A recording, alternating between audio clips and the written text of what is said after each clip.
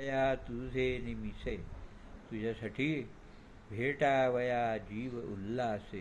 फार आनंद होतो, कल्पनेने आनंद होतो, भेटायची इच्छा होते. परी सिद्ध भेटी विसकुसे ऐसिया बिहे.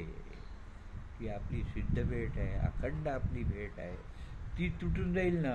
किती सुंदर. ही भीती भीती ऐसिया बिहे याचं भय वाटतं मला, म्हणून मग तो सोडून दिला. ऐसिया बिहे एवढा सुंदर वाक्य आहे की सिद्ध भेटी विसकुसे ऐसिया बिहे. हे कशात उल्लेख आहे बाईजी याचा? हे चांगदेव 65 म्हणून आहे. ज्ञानदेवांनी चांगदेवांना एक पत्र लिहिलेलं आहे.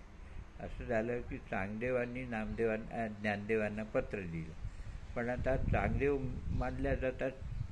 कुणी 114 वर्ष, 104 वर्ष वगैरे वगैरे, कोणी तर 1400 वर्षही म्हणतात. असे ते योगी होते मोठे.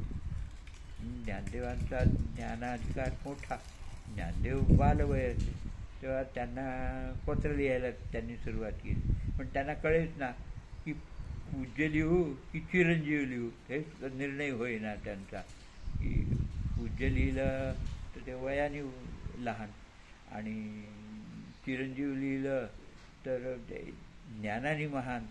कसं करायचं? मग त्यांनी कोरं पत्रच पाठवून दिलं. म्हणजे त्यांना ते पत्र पुढे चालू करताच आलं नाही. ते घेऊन आले ते तिथे, आणि मग ते ज्ञानदेवांच्या हाती आलं. मग ज्ञानदेवांनी ते पत्र मुक्ताबाईच्या हाती दिलं.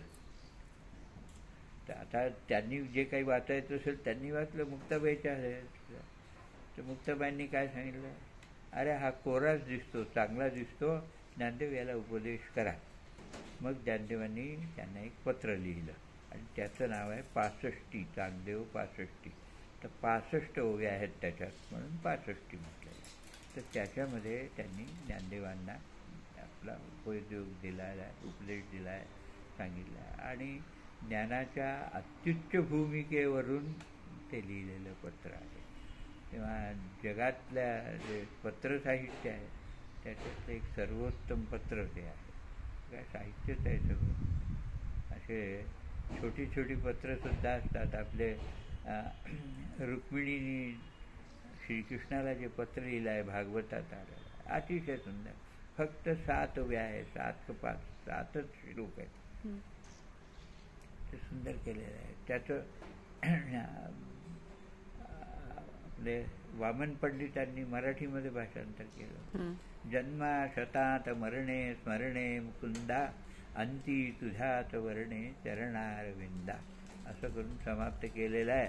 की 100 जन्म जरी लागलेत मला, तरी मी जे आहे ते तुला वरल्याशिवाय सोडणार नाही.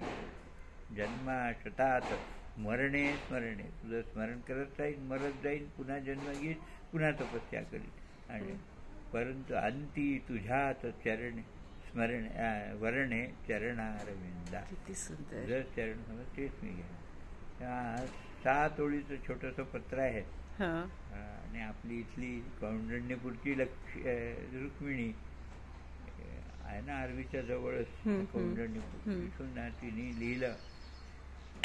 तिचे वडील दुसऱ्या कोणाबरोबर लग्न ठरवत होते, तिला नाही, भगवंताशिवाय काही नाही.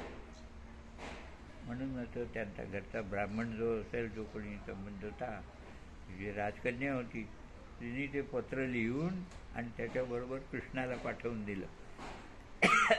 तर ते कृष्णाकडे घेऊन गेले. तेव्हा विवाहाच्या आदल्या दिवशी कृष्ण पोचले, आणि रुक्मिणी हरुण म्हणून प्रसिद्ध आहे, रुक्मिणीला घेऊन गेले.